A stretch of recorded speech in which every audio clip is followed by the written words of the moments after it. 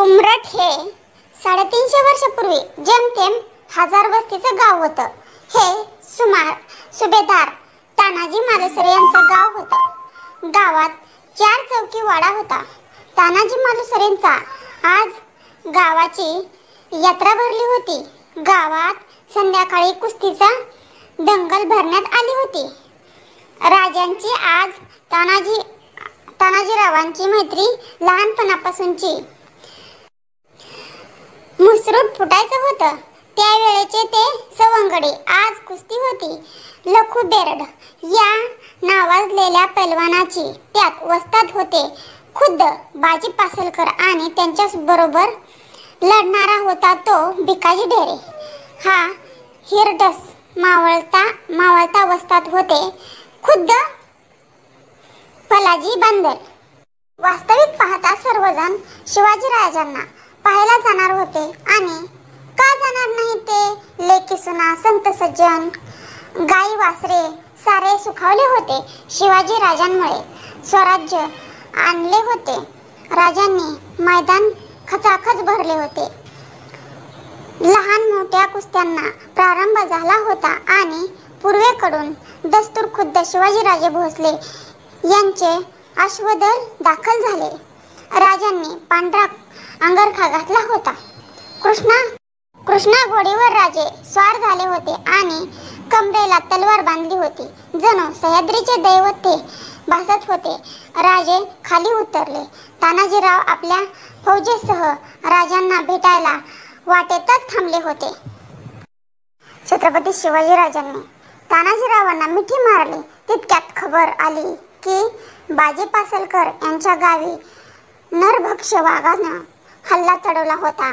त्यात लखू बेरड स्वतः वाघाची 4 हात करायला गेला. वाघाला त्याच्या पायाला दुखापत झाली आहे. मात्र वाघाला नुसत्या हाताने ठार केले लखू बेरडनं. हे ऐकून मैदान शांत झाले. खूप आशेने लोक कुस्त्या पाहायला मैलोनमैल आले होते. आता भिकाजीलाही 10 शेर वजनाचे कडे आतले बक्षीस म्हणून मिळणार होते. तेही राजांच्या हस्ते.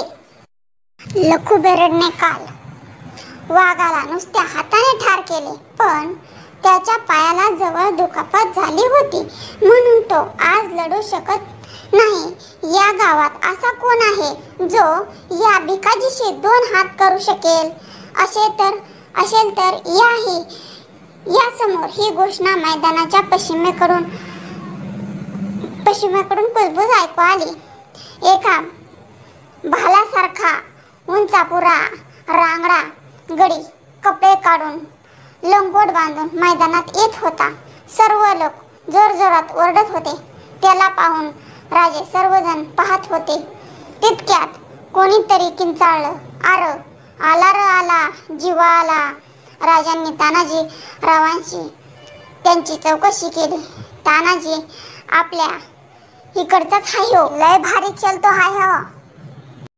कुस्तीत लय भारी पवित्र हाय याचा दांडपट्टा तर लय चोख. फक्त परिस्थिती नाही. याचं वडील आपल्या थोरल्या महाराजांच्या सांगत होतं.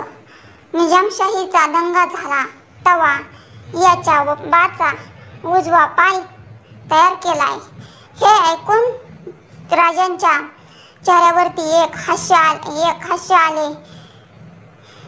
थोड्यात कुस्तीची सलामी झडली. भिकाजीने ठोक्यावर ठोके टाकून जीवाला नमवण्याचा प्रयत्न केला, पण जिजाजी पण तितक्याच ताकदीने तो चुकवत होता. डाव प्रतिडाव करत 1-अर्धा तास गेला.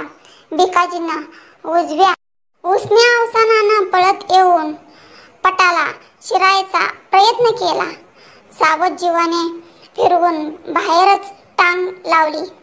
भिकाजी अक्षरशः 5 ते 6 फूट उडून पाठीवर पालथा पडला. सगळे प्रेक्षक वेड्यासारखे आत घुसले. जीवाला त्याचा अक्षरशः डोक्यावर घेऊन नाचू लागले. तितक्यात शिंगे फुंकणे गरजू लागली. खुद्द राजे तेथे आले. पटपट सर्वजण मागे झाले. राजांनी हसत हसत जीवाला मिठीत मारले. मनात काय राजकारण होतं माहीत नव्हतं, मात्र राजे खूप आनंदित झाले होते. राजांनी 10 शेराचं सोन्याचं कडं जीवाला बक्षीस दिलं आणि विचारलं, जीवा काय करतोस? जीवा म्हणाला, काय नाही, वरातीत पट्टा फिरवतो, दंगलीत कुस्त्या खेळतो. त्याचे हे उत्तर ऐकून राजे हसले आणि म्हणाले, येशील आमच्या सोबत?